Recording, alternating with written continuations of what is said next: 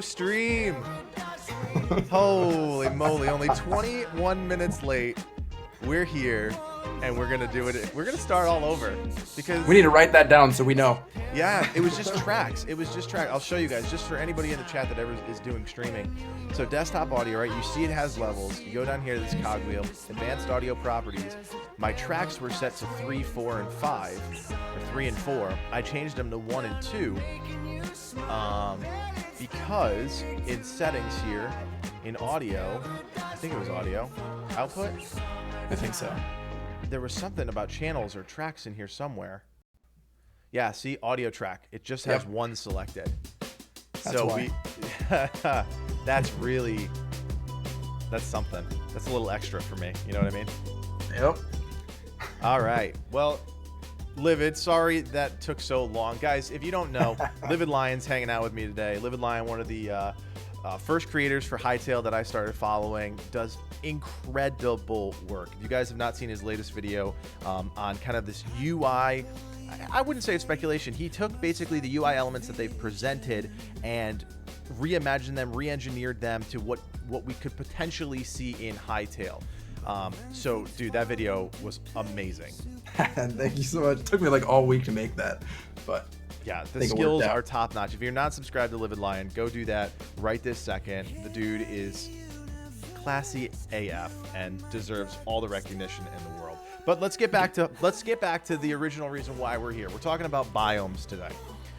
We did the survey results video on Friday talking about biomes, the biomes that you guys liked and the biomes that were kind of above and beyond our wildest imaginations. But let's get back to the first question, Livy, that I asked you was, if you could create a biome. Actually, let's start with the other first question. What type of biome, when you're playing a game, do you want to see in a world? So I was mentioning it before. I love Arctic biomes. In every single game I play, it is probably my favorite. But as long as the Arctic biome isn't just a stark white. Like, I like when there's variation broken up between the trees, between the way that the sky has a nice kind of like warmth brought into the zone, because otherwise it's super cold. And I like those vast mountain ranges, like everything that gives it a nice like visual breakup as you go the distances. You can see really big differences and changes in variation. If it's just like a stark white, I'm not a fan of those kind of biomes. But if it's, ice and snow and the greenery that's like covered by a little bit, it just looks so good. And how do you feel they're doing so far in Zone 3? I think the stuff that they've presented so far, it looks like on par with like what I would like for this sort of, for a block style game. I know they can't get like ridiculously detailed like other games, but I think this definitely looks very good, especially with the skybox that is like bringing that nice warmth into the zone through like those rays. It has like those nice pinks and oranges that like really contrast the greens and the white. So. And for anybody that doesn't know, just explain what a skybox is. So the skyboxes, anybody like, so in 3D and stuff like that, you make a skybox in terms of it's like a large image basically. Sometimes it could be video. Regardless, it's like a very large canvas that's then wrapped around a sphere, and that sphere is rotated according to like a set number of time or cycle, right? And so as that rotates around, you'll see like the gradation between night and day, and they can, sometimes have control over all those individual colors and stuff within those. So as the skybox rotates around, that's what kind of dynamically affects your scene, and you can see all the stars and clouds and all that kind of stuff. And sometimes there'll be other layers between the skybox that gives us that little visual difference, like actual cloud layers and stuff. It's so interesting. One of the things in the survey, and it's every survey results video for me is a little bit different because, sometimes like in the mounts video, you had 200 something people say they want horses in the game. Mm-hmm. But when it comes to biomes, there were a lot of just like, we want mountains, we want snow, we want forests, but there's a lot more subtle nuance to that, right? Like a horse is always going to be a horse, which is always going to be a horse, which is always going to be a horse. Whether or not you reskin it, you can do that. But in terms of biomes, saying you want a snow zone can mean 20 different things, right? Yeah.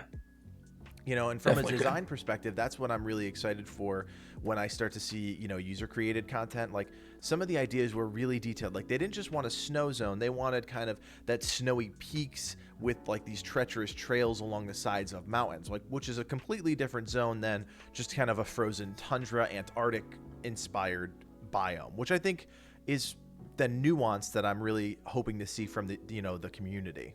Oh, for sure. For sure. Right. So you mentioned the winter biome. That's like the one that speaks to you. What about if you could create a biome? If you could create something, wild and crazy, where do you think you'd go? So it's covering like back to your video where you actually covered one of the suggestions that somebody said. That resonates with me, the fungus type of biome. I think that gives a lot of opportunity for a lot of variation. Like, because you can get like the dense jungle and kind of like winding ravines of rivers and stuff, like with really big differences in height, right? But then if you kind of put mushrooms and fungus and those kind of different things in there, you get a lot of like pop of color and variety in like shapes and forms, like if you sprinkle it in between like trees and actual mushrooms. So if you get like a good mix of those two, right. I think a fungus biome would be really exciting to explore and even build stuff within, because it has something that we never really get to play with that kind of thing in a game. Right. And during the research for the video, I did notice that there was a mushroom biome or a mushroom island in Minecraft, and just doing some basic research on it didn't really seem like it capitalized on everything it could have in terms of the complexities of fungus.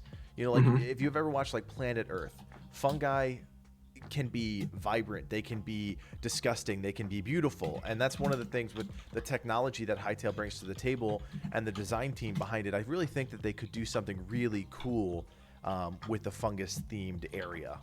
Oh, for sure. All right, so let's go through what we know so far. Zone 1. How do you feel Zone 1 shaping up? I think Zone 1 is shaping up really nicely between the contrast of the swamp to the actual like kind of plains area. I think there's a real nice distinction and visual variety between the two that can look. I can see it being very nice when they get those nice those transitions between the two zones. I think that could be a very nice thing. Yeah, I think Zone 1 for me, it's very classic Zone 1-esque feel. You know what I mean? It introduces players to the game. It doesn't give them, some sort of crazy, area to explore right off the bat. It's very standard. I don't hate it by any stretch. I think they've done a really good job with it. But it's, it does feel accessible. And I think that was by design, obviously. Zone 1 for me, the thing with Zone 1 is, if we look at, and I'll pull it up really quick. If we look at the kind of the concept art for Zone 1, I talked about this last night when I was doing my interview with the Highcast guys. Hold on, let me pull it up so we could talk about it with detail here. All right. So the thing that we haven't seen a lot of in Zone 1 is this mountainous zone, right? Obviously, we haven't really seen much of the underground zone, but this mountainous zone really speaks to me too. And if that's going to be kind of home to a new faction, a different faction, if the Chorks are going to have something to do with the mountain biomes, or if the mountains are something completely different. Do you have any thoughts on that? So with that main concept art, that like the kind of winding, like, I wouldn't say it's really mountains, more like a steppe kind of area, right? I see some mountains in like the distance of that main area, but I love the stepped kind of area between, like, with all the rivers and waterfalls that cascade over things.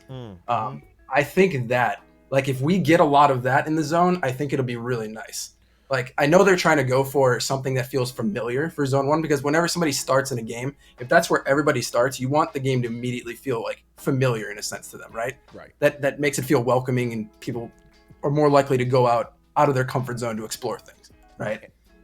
Yeah, and the image I have up right now, I think it kind of details what you're talking about here with this stepped idea. You can see there's a lot of like rolling plain style, but in the background here, you can actually see kind of larger stepped, prefabs. These kind of like mountain. No, I wouldn't say mountainous. You're right. They're more like small plateaus, things like that, small rises. Which I think, it's great, right? You don't want to walk around in a flat zone. That's just boring. I want even more than this, though. I think I want more than like what I'm seeing there. So, like, their key art they have for this zone, like the one that has like it has kind of like this what is the name this for one it? Right here? I think so. It's a little bit of delay, so I can't see. Is it the one? Yeah. With the sword and the stone and stuff? Yes. I love the variation that goes on, like, down below. Yeah. Like if you have just those real massive pillars of stone with some grass on top of them sprinkled throughout, it gives like a nice kind of like landmarks to the area too, right? So if you're with friends, like it's easy to navigate when you have stuff like that sprinkled throughout. If it's all flat and kind of plain, it's very hard to really find your way around things. And it's so, I said this last night when I was doing the interview, it's so easy to ignore some of the smaller details, but the thing is about artists, especially Thomas, he really you can tell he creates with intention, right? He doesn't create, like, he doesn't just put things in images just to put them in. They're either part of a bigger plan or part of hopefully the future design. Like in this one, we've seen this tower in the background of this concept art. We've seen it a number of times pop up. And so we've seen the prefab too, I think, right? We have seen, the tower, maybe it's this one or maybe it's something like this.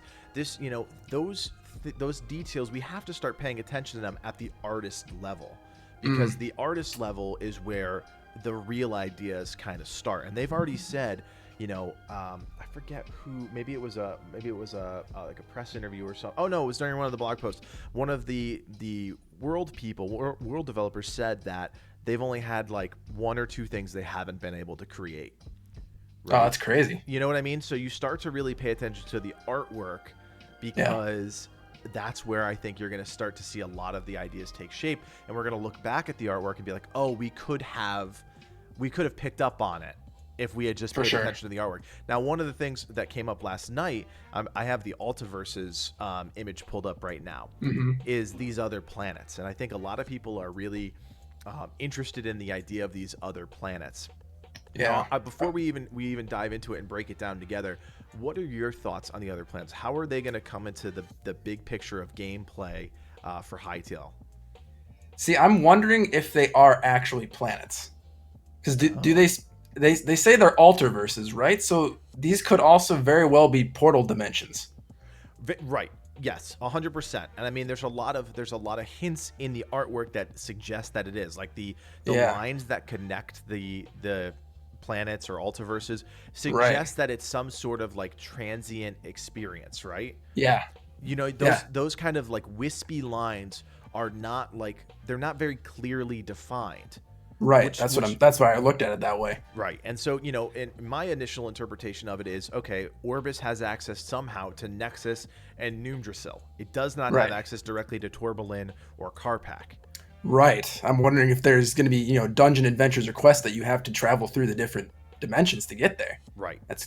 Yeah. And I think one of the big, and if you feel differently, say so, but one of the big misconceptions, and I try to explain this to people who haven't played a lot of MMOs before, is that another planet doesn't necessarily mean another planet the size of the original one. Oh, for sure. You know what I mean? So people may have this expectation that Nexus is going to be just another planet like Orbis, which in fact it probably won't be. It'll probably be a zone or a content patch where you're on Nexus and exploring Nexus, but it's not to the scale of which you're on Orbis. Yeah, I agree with that 100%. It just gives the team the ability to step out of the Orbis framework that they built for themselves. Clearly, the other 4 universes or planets don't look like Orbis, right? It's just like looking at our solar system. Like, if they wanted to create something that was like Mercury themed, they have a whole new design palette that they can use. Colors, textures, infrastructure features, things like that, where if they were just stuck on Orbis, it would be very hard to do something like Tourbalin right on the surface of Orbis and have it be believable. Yeah. Like Karpak, the one that's seen there, I can see that being like where a mushroom or a fungus biome would live. It looks 100%. Very corrosive, hazy, and that would be a very easy way for them to incorporate like a whole new set of like blocks and stuff and isolate it to an area, as opposed to trying to really blend it in with sand and between a border of sand and grass. Right. Yeah, I mean, the planets thing is one of those concepts that I'm really excited to know more about, but I also think it's big picture for the team, right? It's like maybe we'll get to them off the bat, but I doubt it. And it gives us a kind of roadmap without actually having a roadmap for future content. You know, Tourmaline, Carpac, Nexus, they could all be completely not part of the original, the beta definitely, and maybe not even part of launch, but maybe Noomdrassil is the one first place that we go outside of Orbis. And as they, you know, they get their feet under them, maybe we start to go to some other places. Yeah, that would make sense. All right, so let's move on to Zone 2. A little bit of information about Zone 2, not a ton, especially on the faction side of things, but in terms of the biomes, we do know a little bit about Zone 2. How do you feel Zone 2 is shaping up so far? I don't know if I'm entirely sold on it yet. Really? I mean, we don't have enough. I mean, I like the savanna looking areas. That image that you have up with the almost Grand Canyon looking area, it's like a stepped mesa kind of thing. I don't know if I'm a fan of it. I really don't know. It gives me a very big safari vibe, and I'm not just saying that because there's a dude with a safari hat right in front of me. It doesn't feel like Bug Kingdom, Scarrick Kingdom. Right. It feels more like kind of African. I think I think it might be like that bridge kind of area, like how, you know, in the first zone we have the swamp and the regular Emerald Grove. I think that where they bridge, that this might, you know, as you get closer to the Bug Kingdom, it might just be devoid of all life. Right. You know? How about something like this, which is the most recent image they released on Twitter, which was kind of the construction, you know, like the outpost with the Farron skulls or whatever those may be. There's some really cool things to unpack here. And as a building expert, talk about some of the design elements you see here. Like, what are some of the things that grabbed your attention? The immediate thing that grabbed my attention is, if you look to the top right of that image, is you have those almost like Arabian kind of awnings. Yep. I love the cloth blocks. Yep. Absolutely. Like, that's something that I've wanted in those games from the start, instead of just a mod. I love those kind of things. And even like they have like nice variation in the different wood kind of pieces you can use. I think there's like it's like a wood shutter almost looking thing that's like hanging above like the windows. Yeah, so I'll zoom into it here. There's some good variation in the kind of blocks. There's even like some like leather cloth pieces I see that are on the roof itself too. Yeah, and it almost looks like these flower boxes are made from like some sort of like patch leather. So yeah. You got kind of like these patch leather boxes here. Here are the wood awning pieces. Almost like a wood. I can't tell if it's block or if it's wood. It kind of looks like block, but it also kind of looks like wood. And then obviously these are the cloth pieces that you were mentioning before, which is just, that is so the cloth piece up top. So that looks more brick-like above, right? Those ones up there are what I'm really, ones. Yeah, and then there's some more leather roof pieces here. It looks like you can tell. You know, we say leather. We obviously don't know unless we get the game, but we can pretty much assume, you know, stitched together pieces of what looked like cloth is going to be some sort of leather element. And you can kind of see through this window here. There's also some sort of cloth element inside of the building. I'm not sure what exactly that is, but there's something in there. And I think that's really, obviously, the skull torch is very cool, very tribal. The ivy, this is another variation of ivy, isn't it? It's not the same ivy we've seen before. Right, that's definitely different. So it's like almost like a vine-ish type jungle ivy, which is really cool. And then a ladder. I don't know if this is the first time we've seen a ladder in the game. I think the only other time we've seen it is in the mineshaft ones, I think. Right. Yeah. So a lot of cool stuff there. I believe this is the mineshaft image, and it looks like it's a mineshaft image from Zone 2. Hard to really tell or get much detail because it was such a wide shot. But I'm just going based off the color palette there. That was Zone 2. Let's go back to some of the concept art for Zone 2. And I was talking to Lucky Loki of the Highcast podcast last night, and he brought up, where is it? Is it this one? Well, we can start here. So this is the human outpost for the Howling Sands. Now, humans, we obviously know, are in the game, but we haven't had a real conversation about humans as a faction. What do you think about the design of the human outpost fitting the theme of the Howling Sands? I think, this is where I really enjoy the look of the zone. Like, I want to see more stuff on this in-game stuff. Yeah. I love the stark contrast between the cold, like, stone that's put up there and the innate desert stone that's there. Like, the contrast between the two with the wood scaffolding all around. I love that.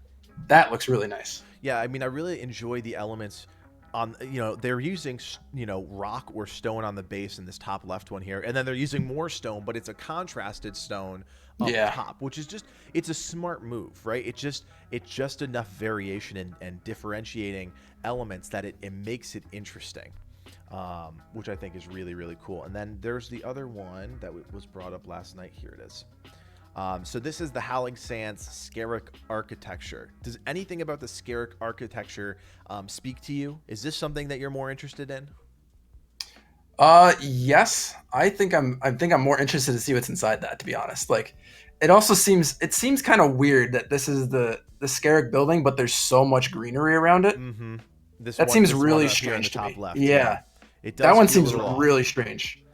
Yeah. But the bottom looks really nice.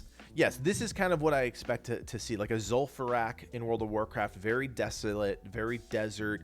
Here's the thing, deserts and mesas, like, it's hard to combine the two, right? But in this image here, they've done a really good job. They've put the prefab between kind of two little canyons and then made it feel like it's part of the zone. Up here, this ziggurat doesn't really feel like it belongs here. Yeah. It almost feels like this needs to be more like tribal outposty type thing, not, pyramid inspired, temple. It is a little strange. It's not even actually there either, right? That's just an overpaint for the ziggurat. Yeah, exactly. Right. Yeah. I'm hoping they just don't go that route. Right. And they've done a little bit of work on this whole thing, the Sand Palace, the prison cave entrance, the ziggurat. So they already have these pieces, whether they're made or, if they're in design still, and they've got some lore attached to them. It just feels like down here, they're on point, and up here, they're a little lost. Yeah. Let's see, what else do we have? Do we have any other concept art from Zone 2 that we've seen? We've only seen like the stuff, not really concept art, I don't think. Well, we have like the Skerracks themselves. Right. We just pulling up the dungeons and towers concept art really quick. This one down here definitely looks Skerrick themed. Especially when we're talking about dungeons, you see kind of like the insect holes in the side of the building, which, for somebody that, owns a house, I know what an insect hole looks like. And that's the first thing I think. I'm like, damn, those bugs bit through the wall. Yep. I think this is the right direction here. A lot of cool elements mixed with this kind of bug-themed central point. And obviously, the color palette just really... Right, almost like they've overtaken stuff that's already been there. Yes. That's what I like. And there may be some story there. You know what I mean? There may be something about the humans who had an outpost there. And even based on that human outpost image we looked at before, it doesn't really look like they did a good job holding this outpost. It kind of looks like it's in shambles. So maybe there's something there. Let's go on to Zone 3. You mentioned Zone 3 before, but talk about it again. You're liking the way they're going with Zone 3? I do. I think it has a good variety, like between what we've seen in the actual trailer itself, where you're riding on was it the ram, and the Yetis there, like the contrast between like the caves that are kind of like nestled within the icy mountains all around there in the hills, and then you get into the area where it's like the what's it called, the Outlanders, right, and their camps, and that kind of area feels like much more warm, but the inside of the camp itself feels nice and warm, and the area surrounding it feels very cold, as if something's going to invade you there. So I think they're doing a really good job between the contrasting elements in that zone, and nothing really feels out of place, which is nice. I get a very, and I don't remember where I said this. I said this either with friends or in a video. I get a very north of the wall feel from Zone 3. That is exactly what I get from this zone. Is very much, if you're a Game of Thrones fan, in the earlier seasons when the Night's Watch would go beyond the wall and kind of go out with the wildlings and Craster's Keep and things like that. That's what I get. I get these human, outposty type things, very rough and rustic, but also very haunting at the same time. Yeah. And that's exactly what I get from this zone. I have the outpost or the encampment image pulled up right now, and that's what I feel like. I feel like these people are expecting the worst and making do with the resources that they have around them. And even with the mine image, I get the same idea, right? They're using a lot of, earth tones, dark blues, blue tinted grays, obviously the dark woods, and all the while it's snowing, it feels a little muted, right? If you look over here on the left side at these grass panels, this is not lush green grass. Right. This is grass that has, succumbed to a little bit of frost, and it's a little bit earthier, if that makes any sense. Mm-hmm. And all these really cool little blocks too that I'm seeing, what this stuff is, the chain blocks, actual chain blocks, instead of using iron fences from Minecraft to make them look like chains, and then there's ropes. Are we going to be able to scale up and down those ropes? Is that another form of moving up and down? Yep. So we got chains. We have more cloth here in the center. You can see kind of there's cloth elements again, very much like that patchworky. It's not patchworked through an individual tile, but it's patchworked along the seams, which is really, really cool. You mentioned the chains, lots of chains. And then, one of the cool things I really enjoy too is the variation in these barrels down here, or these crates.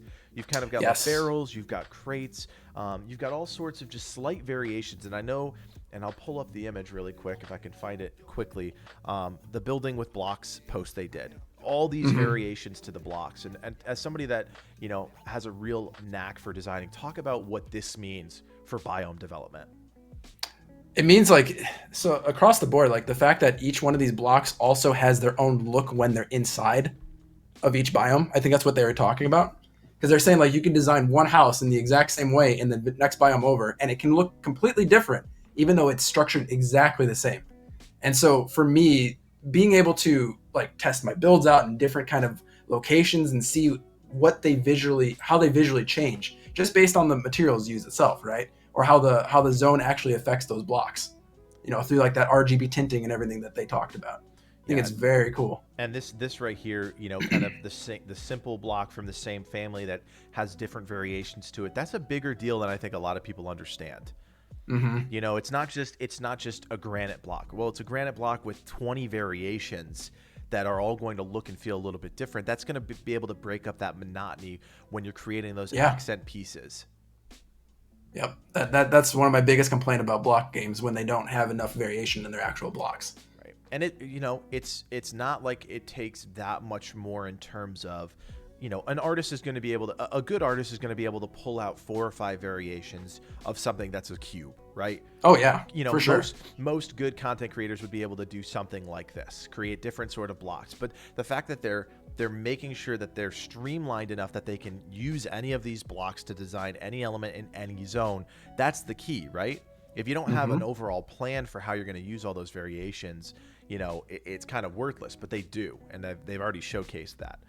Yeah, they're even being pulled into all their prefabs and everything too. It's really nice. Yeah. What about this one? And again, speaking with experience here from your perspective, what does the center? I forget what their technical term is. It's the image where they're using kind of like the quarter columns between that pivot out of the center here. Let me see. I'm not sure what the technical name. Maybe they're called like braces or something. Oh, the posts, I think, or beams. I think they're beams. Yeah. What does that mean? That's not something that's in Minecraft, right? Right. I think it just gives you the ability to give a nice tapering element, to connecting pieces. My immediate look for this kind of thing, right, is when you have an overhang on a building and you want to add some variation aside from using slabs or stairs upside down, right, to give it that like inset kind of look. This hanging those blocks and then putting a beam between the two gives you immediately some space between the top and bottom part, and it adds nice breakup in there. So I think the beams are going to be really useful for creating not only more thick railings, so we have those wall blocks, right, that are a bit thinner, but if you use these blocks in conjunction with some other ones, you can get some beefier railings. And if you put the two together, you can get a nice visual contrast between the two and have some nice interaction between the two. And last but not least, I have in terms of the actual building itself. Again, I'm not a huge Minecraft person. I didn't really play a lot of Minecraft. Talk to me about half slabs. Why is the community going nuts about half slabs? The half slab, the ability to place them vertically is a huge game changer. It really is. The biggest problem I've always had with those things is that they're basically just that in-between point between a regular block and a stair block. It'd just be that little bit of a bump up. But being able to put half slabs on a vertical surface, it gives you that breakup now. Instead of it only being horizontal, you have it on the wall itself. So depending on how you step them out, you can get much more curved structures. You can get much more of a recessed development between the two. It's a big deal. Spoken like a true builder. I'm gonna have to take your word for it because, to be honest with you, I don't understand the vertical slab thing. But again, I haven't been creating things like this ever, so I just have to assume that all of you guys who have been wanting the vertical slab got exactly what you wanted. I hope that's what happened. Yeah, it's a big deal. All right, so let's move on. Let's talk about Zone 4, which we don't know a ton about. Let's start above ground, and then we'll move below ground, because I think Zone 4 below ground is going to be really exciting. Oh, I am so excited for Zone 4's caves. Yeah, I mean, and maybe it's just me. Zone 4 above ground, it's a lava undead zone type thing. That doesn't do anything for me personally. Yeah. But maybe that's just because I've seen it a million times. Yep, I agree with you on that one. I mean, it's cool, right? We haven't seen a ton of images about Zone 4. We have, let's see, I know I have it here somewhere. We've got this one here with the skeleton with the crown on, a couple skeletons in the back. You know, it just kind of looks like an ash destroyed type biome. You can see there's some sort of prefab in the back here, maybe an old building. This used to be an old town. You can really see in the background, there's almost a city that's still standing. It's hard to say. There's a post, I think or a picture that they were talking about at some point. I don't remember where it was, but they have ruins. This whole zone is full of ruined buildings. Right. So there's definitely going to be some lore elements there. I don't know if this is from Zone 4, from the trailer where they were... Actually, I don't think this one is from the trailer, but it's basically standing outside of, looks like some sort of undead crypt, or void element, you know, thing. There's some banners on the walls here. I don't know what that rune is. I'm not sure if you do. This could be from Zone 4. It could also be from Zone 6. Which, you know, at this point we're all kind of speculating is some sort of void-esque zone. What else do we have from Zone 4? I don't think there's anything else. We have the Ember Wolf. Oh, right, the Ember Wolf, yep, which is... Where are you, Ember Wolf? There you are. I call him Fire Dog. There you go. So Fire Dog. So this, you know, is definitely a Zone 4. You can kind of see some sort of flying creature up there, whether they be bats or birds or something else. Obviously, the Ember Wolf. And then a lot of lava, a lot of rocks. I'm also intrigued. It interests me that I wonder if the Ember Wolf ambiently sets stuff around it on fire.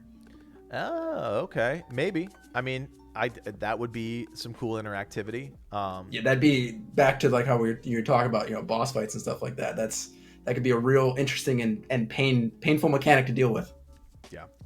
Absolutely. And the thing about it, though, and maybe you react a different way than I do. If he sets everything on fire, you know, these little brush features here, would they just disappear eventually? I hope so. But then wouldn't you just have a biome around this, you know, an area around the Ember Wolf that's just all gone? No, because like in Minecraft, like things would regrow after you've taken them away. Like you could take away grass blocks and stuff, like the actual foliage, and eventually stuff could regrow. Gotcha. Yeah, because I would want somebody who, you know, is getting to Zone 4 a little bit later than me to experience that same sort of, wow, everything's on fire, and there it goes. All right, let's head underground Zone 4, because I know you are just as excited about underground Zone 4 as I am. Yeah, I think this might be where I live, to be honest. All right, well, I'm not at that point yet. So talk to me, what excites you the most about underground Zone 4? So we saw that one Slothian, the one picture that has, we actually saw an underground image of Zone 4, and it's the Slothians. Yeah, the Slothians that are. One? No, it's one of those in-game shots. It's where he's you see the guy fishing on the lake. If you look, the whole roof is a cave. Guy fishing on the lake. I don't know if I ever grabbed that one. Yeah, there's do you have a link to it somewhere that you could send me and I'll pull it up? Let me see if I can find it really quick. If anybody has a link to that image that Livid's talking about, put it in the chat here, because I don't think I have that one. It is this one. Screenshot number 24 on their site. Screenshot number 24. Yeah, so if you go to their media gallery screenshot, it should be on the third page, I think. Third page, bottom right. Pulling it up. Media. Which section here? Screenshots? Screenshots, page 3. Screenshots, page. So let's go up to the top part, and then you go over the arrow. Yeah. Is it that? No, not that one. Is it this one? The bottom right Here one. It is. Here we are. Yep. That is a cave. I'm pretty sure that's Zone 4. Not that one. Yeah, that one. Yeah. All right. Let's see if I can pull it up, make it a little bit bigger here. There we go. All right, so we've got a guy fishing on a lake. Definitely It's a seems sloth. like, oh, it is a sloth. Yeah. Look at And that. if you read the little lore things on the like concept art, you know that they live in zone 4 in the caves. Right. Yeah, you can definitely tell it's underground. Like, look at these kind of hanging structures from up here. Mm-hmm. You can kind of see whether they be rocks or mushrooms, something like that. And the trees definitely give you that jungle vibe, right? The large kind of leaves, and they're kind of wilting down. In the background, you see almost like a bamboo-esque forest. Yeah. Very straight, very thin sort of trees back there. And, you know, even the house design, very simple, wood, rustic. Yeah, which that style I think would match the dinosaurs that are mentioned for this zone. So I think the vibe is kind of feeling real right for it to be a zone 4 image. Yeah, I mean, what a cool concept for them to take a jungle, which, you know, they could easily make a jungle above ground, and they're like, nope, Right. we're gonna put it underground in zone 4 where there's lava. Now that is a little weird to me. I will say, you know, like, you look at these elements. Look, I'm back on the concept art, or the universe concept art, and you have this lava that's going underground, and then it just kind of stops being underground. Like, lava doesn't just stop being lava. You know what I mean? Well, yeah, I think it kind of extends at certain points. Like you can see there's on the left-hand side, like it kind of goes down, but in the areas that the ice or the snow biome kind of interacts, it looks like it cancels it out, and that's how we start getting those larger pools. Yeah, it does look like if you kind of follow the path of the water elements from zone 4, it merges on underground into zone 5, kind of creates this like pool section, almost like you have kind of fire and ice mixing to create the perfect underground environment. Yeah. You know what I mean? So it is really cool. And if you suspend your disbelief for a few seconds and just let it happen, it's a really cool biome. Love that. I'm super excited for that one. Yeah, definitely. All right, so we've speculated. I think a lot of people have speculated zone 5, zone 6. We've already kind of guessed that it's zone 5 has some sort of lightning element, zone 6 has some sort of void element. But if put that aside for a second, what do you really want to see in those zones that you maybe haven't seen so far in the other biomes? I really on zone 6, I really want to see that corruption element, but I want to see it like vibrant. I want that zone to feel like almost like we're on another planet. Like, okay, I don't know how to describe it. Like the those rich purples could be really good contrasted with, like, you know, maybe palace elements or something of Varen, because this is where we're all suspecting that he resides, and this is where he's spreading the corruption from. So if that element there is like really vibrant, and as it tapers into, you know, zone 5, zone 4, as that goes that way, you start to see that color fade away.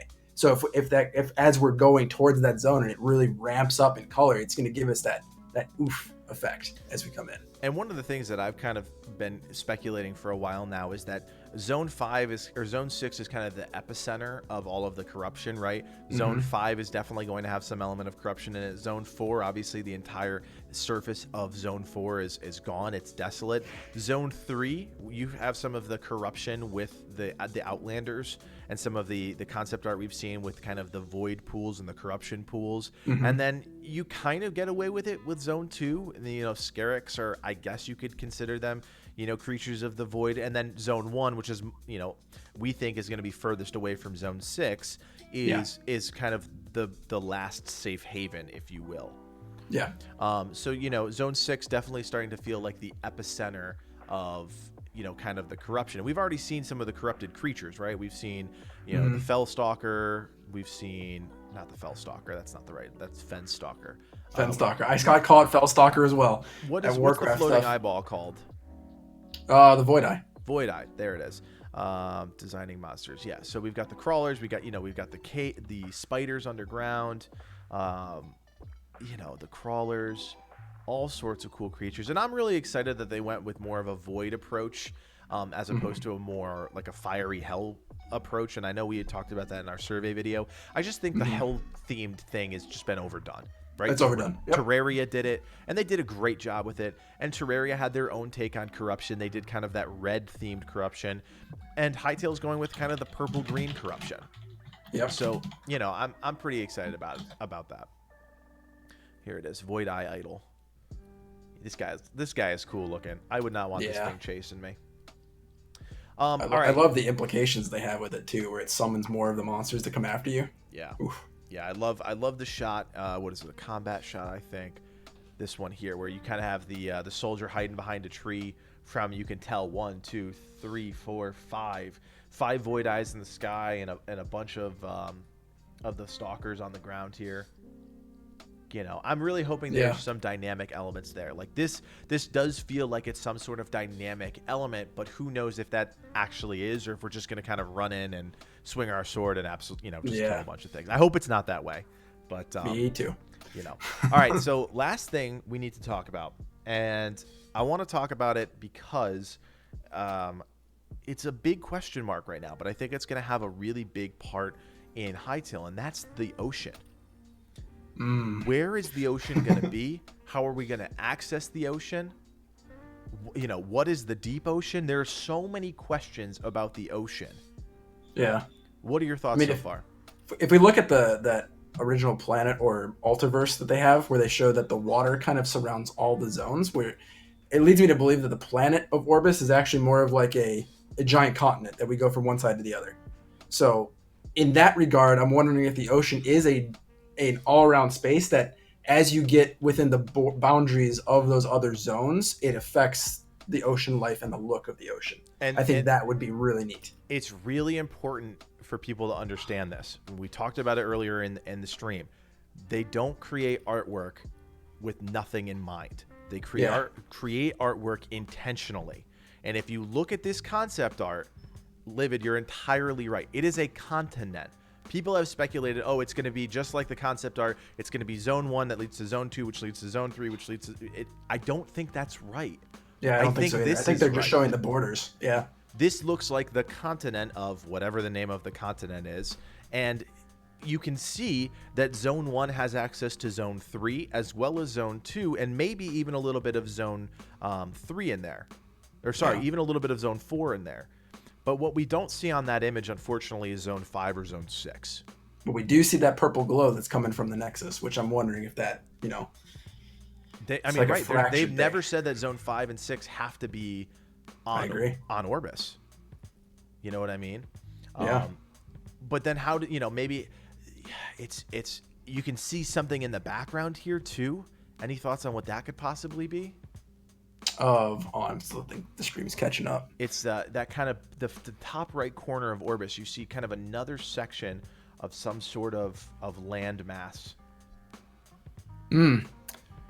Yeah, I don't know what that could. I'm wondering almost if there's multiple continents of the same kind of stuff, and we'd have to make our way to different continents to achieve different quests. I mean, we've already seen ships, right? We've seen the big ships in the docks. I mean, maybe there might be 2 instances of Zone 4, but our quest lies on another continent, and we have to go take care of that one. And that adds like that more of an adventure and traveling aspect and banding with your friends to go over those things. Yeah. Like I could be really interested. And if it's they mentioned it's a generated world too, so they can isolate this continent always has these zones, but pick how you want to arrange it. And this one always has these zones. It could be easy for them to structure quests in a similar manner, but still maintain that random generation. Right. Yeah, I think this is, in my opinion, and I will admit that I'm wrong if we're wrong. Oh yeah, 100%. I think this is going to be the closest representation of what we see the kind of world structured like. This kind of continent where it's not just linear zone 1 into zone 2 into zone 3. It's more of this kind of like Pangea-esque type thing where you can kind of access zone 2 if you're ready for it, zone 3 if you want to. And, obviously zone 4 is a little bit isolated because you wouldn't want players running right from zone 1 to zone 4. And talking about kind of those wispy strings that connect to the Nexus, zone 5 and zone 6 being part of Nexus. Yeah, it could be. And it gives them a lot of room in the future to get to, Karpak or Tourbalin or Numdrasil in different ways. Yeah. So, all right, back to the ocean. The ocean, we've seen, let's see, I got a couple shots here. We've seen some really cool stuff underwater. It's gorgeous. It is gorgeous. We've seen, from the more standard shots where we can kind of see like a coral reef with some, almost looks like some runes underwater, to the sunken pirate ship scene, which is still one of my favorite shots in the game. We've seen a ton of life underwater, and we've seen just the design of underwater is spectacular. They're treating it as another biome. Yep. And talk to me from a design perspective, how you think they're doing so far. I think this zone is nailed. They nailed it 100%. This is one of the other ones that I'm super excited to go and explore and see if you can build it. Like, if you're able to create, if air pockets are a thing, I don't, because they mentioned like the fluid dynamics are much different than in something like Minecraft. Right. They're saying because they interact with the plants, and the plants have a different type of block that you can change the property so it can always interact with the water in a nice manner. And they said the same applies to their blocks, to the fluids. The fluids are a block themselves as well. So, I mean, just look at this detail in this coral reef shot here. You have red coral, and this again goes back to the variation. It doesn't necessarily all have to be completely different, but they've added enough variation that this feels like a completely realized, beautiful scene. You have red corals, you have blue corals, and you have a coral block with a coral accent on top. You've got green coral at the top here, or algae. You've got kind of like a yellow-gray coral down here, and you have tons of fish. How many variations of fish have we already seen in this game? I think there's actually 13 so far. I mean, that's incredible. Fish. We're talking about fish here. We've got Finding Nemo down here. We've got some sort of pufferfish here, some sort of smallish yellow fish. There's a purple fish down there. Kind of, you see this like gray looking thing, and I can't tell exactly what that is. Lego Monmi made a good point in the chat too, that there's an actual like blurb on the World Gem blog that says if you venture far enough from land, you'll encounter the ocean shelf, a sudden drop off at the edge of each zone that leads to the deep ocean. There it is. I mean, yeah, and the ocean and the deep ocean are clearly going to be different things, and we know that from the concept art of just the creatures, right? We've seen their concept art for the giant squid. We've seen this one right here, the Kraken. They've got the Kraken. They've got the giant squid. They've got the moray eel. They've got the man-o-war, piranhas. Yeah. There's so much they're putting into the ocean that we don't know anything about it. We really don't. Yeah, absolutely nothing really. And and this is why, for all the people that get excited in the chat, and I think there was a real anticipation for a summer beta release. And Livid, I don't know your thoughts on it, but my thoughts are we're not even close. Yeah, we're not even close. We're not even close. So for the 55 people watching in the chat right now, I'm sorry to say that I don't think that we're close to a beta. Yeah. From like a game design perspective, because I do some stuff on the side as well, I think we've only seen roughly 10 to 15% of what they have. And the stuff that they've shown us, I think, is in more of a curated, staged manner to be able to showcase good stuff in the trailer all at once. Yeah. So I think we are still very far off from a beta. And the earliest I would ever suggest, even something for us to test, would be December at the earliest, absolute. Now, yeah, and did they ever specifically say 2019? No, they didn't. Never, right? And the biggest thing to keep in mind about a beta doesn't mean just something you can just play and test and there's tons of bugs and everything.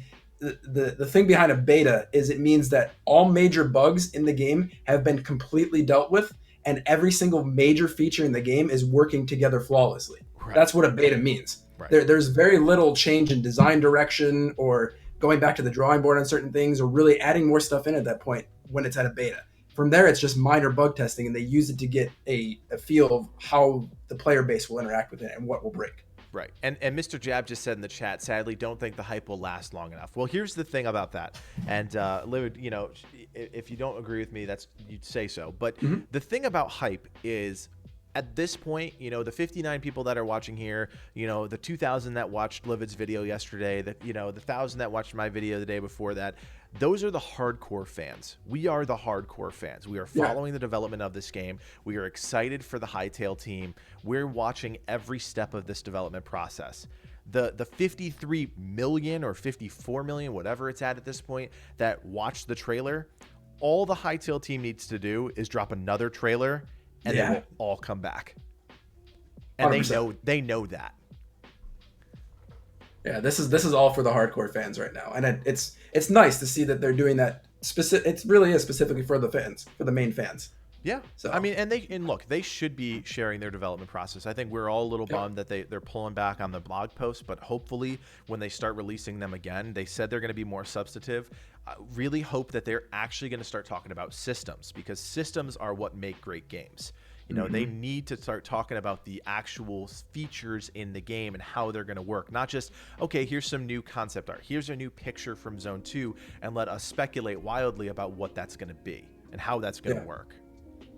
Yeah, they stressed also that, you know, that they didn't want to showcase everything and spoil things for people's discovery. But you're right on the systems thing. Like, we need to know how combat functions. We need to know if there's magic and how that functions. We need to know specific other interactions with building, how crafting really in details work. Like, I tried to break it down as much as possible, but that stuff is all 5 months old, and that could have very well changed by this point. Right. You know, so there's a lot of stuff they still need to show us, and we've really only seen like the beautified shots and stuff. So there's a lot more that still has to come our way before we really know what's going on with the game. Yeah, and if you're worried about hype, don't worry about hype, because the team has us, it has TheLividLion, it has me, it has, you know, a handful of other creators who are making content. We're going to help hype the game because we're all interested in playing the game. And again, they hit it out of the park with their trailer, and they already have a substantial following of a couple 100,000 people, whether it be on Twitter, whether it be on Instagram, you know, on YouTube itself. They're going to be able to get people back to the table. And you can't forget, from a financial standpoint, they have the backing of Riot Games, which is very important for development of the game. They put the brakes on pretty much everything so they could make sure that their ambitions could be matched with the actual content. Yeah. And that was the right choice. And just so everybody else is aware in this chat that is here and knows about that Riot Games thing, it's very important to note that Riot Games is not in control of the development. Right. They're merely there to give them money and stay out of the process, which is great because that means we get the core passion and vision of this team. Right. And, you know, obviously they had that expectation that, what was it? They wanted 1 million views, or they were hoping for 500,000 views. They got 53 million, 50-something million views. That is what, the 4th most viewed video game trailer in history at this point. Yeah, that would give me a heart attack as a developer. That's crazy, and that's why they haven't done a Discord. They haven't done a Reddit. They haven't really done anything other than, you know, the individuals, Noxie and Chris and Simon. They all, you know, chat on Twitter, but they don't do anything officially because that would divert their resources and their attention. And 100%. All of us, Livid, myself, you know, 30 Virus, and you know, all the other creators out there, we want them to focus on the game because we want the game to be good. We don't care about them releasing it a month earlier with serious issues. All right, so final thoughts on Biomes, guys. If you haven't checked out the survey results video, check it out. It's all about Biomes. If you're in the chat right now, shout out some of the biome ideas that you guys want. In the last 5 minutes here, we'll kind of talk about some of your ideas. I know the one idea that I really like is a floating biome. A lot of people have brought that up in the survey results, was this kind of floating biome connected by chains or connected by some sort of, you know, cloud structure, something like that. I think that could be really fun. I'm hoping that's 5. I'm hoping that's Zone 5. And if you really look into the concept art here, and I'll pull it up again. Where is it? Concept art. If you really look into it, Zone 5 actually has some of the most verticality of any of the zones. You can see these kind of larger masses, almost, so it's like a very large, wide mass up top, and then it's kind of connected by a very thin structure down below, which makes me think there's a lot of verticality in Zone 5. But the thing about it that kind of throws me off is that it almost looks like what I would expect in a sand zone. You know how like a mesa high rise looks. So I'm not 100% sure what that's going to look like once it's unveiled, but it definitely is higher than every other element that we've seen on this concept art. Yeah, my hot take on that is I hope it's a mix between like Final Fantasy X's Thunder Plains and like floating islands. I gotta look up what Thunder Plains is. I don't know what Thunder Plains is. It's like a whole area where it's like all this like kind of like desolate area. Like it would make more sense. It's like more muted than what the volcanic area is. And it like there's thunder strikes constantly. Oh, I see. Okay, this is cool. Like, and I think that'd be really cool. Yeah, that is really cool. Constantly raining, is that part of it? Yep. That is really neat. The Thunder Plains, what a name. Yeah, I think it'd be really cool. Yeah, that would be really sweet. Let's see what else. What are other people saying here? Zone 5 could be mountainous with an ongoing storm. Yep, just touched on that one. Towers biome. That could be interesting. Yeah. Elf biome. Crystals. A crystal biome could be a lot of fun. I would love that as well. The beauty that could come with that is also amazing. Yeah, Yeah, again, that block variation that they've been developing, that's where crystals could be. They could create one of the most beautiful zones in a block-based game just based on the variation. Oh, for sure. Let's see what else we got in here. Sky Islands would be crazy cool. Floating Heaven biome. Yeah, I mean, that's from Skillum. You know, Heaven and Hell for me, it's just a trope that I just don't want to. I just don't care about it anymore personally. I think Heaven biome, you know, it's pigeonholed because hell creatures, people have their expectations of what a hell creature looks like. People have an expectation that a heaven creature is going to have these angelic wings and whites and yellows and gold. So, you know, I think it would be cool, but I would think something floating and giving the developers and designers a little bit more freedom would be even better. Yeah, I think we could see like a sky world, like a heaven kind of thing in that Numdrassil. I think that sounds very Norse Viking, like the heavens, you know. I think that might be where they move with that one. Yeah, definitely. I mean, I think they need to give themselves enough room to break out of the stereotype of like a heaven-esque thing. Yeah, right here, Numdrassil is what he's talking about. You can kind of see like these white columns. You know, definitely more of a gentle color palette with the whites, the light blues, the light greens. And even if we look at, you know, obviously there's a lot of Gaia stuff in the game. We don't know a lot about it, but we know that there's a lot of Gaia stuff. Even if we look at, you know, something like this, which is the temple concept, we see that kind of color palette, right? Yeah. So we can assume that there's some sort of temple feature on Numdrassil. You see the whites, you see the light greens, you see the light blues. I think the Temple of Gaia is on Numdrassil. Right. From the in-game stuff we've seen. Right. So definitely something there. And that, again, that could be an instanced area. That could be, you know, an alternate universe. And because even here, the Gaian portal. Okay, this looks like I'm about to go into some place that's the same color palette as Numdrassil, and there's a portal at the end of it. Okay, so that makes me believe that there is some sort of instanced or altiverse where I go into a portal and I end up on Numdrassil, and I'm there for an objective, and then I come back. Yeah. As opposed to being able to populate Numdrassil, which I don't think is going to be a thing. Yeah. As sad as I am to say, I think that's probably a safe bet. At least for now. But again, you know, modders get to work. Yeah, exactly. All right, so we kind of hit the 1 hour mark after our snafu. Thank you guys for hanging out with us for the hour. Sorry for the technical bugs at the beginning. This is what happens when you try and do things and you prep for 5 minutes. But thank you guys. Had a lot of fun. Livid, final thoughts? Anything you want to talk about before we say goodbye? No, I'm just hoping that they keep hunkering down and working on stuff. It doesn't bother me that we don't get a lot of stuff to showcase, you know? It just means that when we get stuff, it's going to be even better for us to show you guys. So absolutely. And if you guys are not following LividLion on Twitter, on Instagram, on YouTube, follow him. I don't know how the man does what he does. He works 1 million hours a week and still manages to kick my ass in terms of content. So subscribe to him, follow him, join his Discord, join our Discord, follow all of us, because together we're going to make this game a success. Our community that we've built together and with the other content creators is what's going to make this game really, really fun. You know, we're all going to be part of the same team, working towards our own individual goals, but all on the same page and all on the same team. So remember, you don't just have to pick your one favorite. You can follow all of us. You can follow none of us. You can pop into a stream whenever you want, do what you want. But at the end of the day, we're all excited about this really cool game called Hytale. And yeah, we can't wait to talk more about it in the future.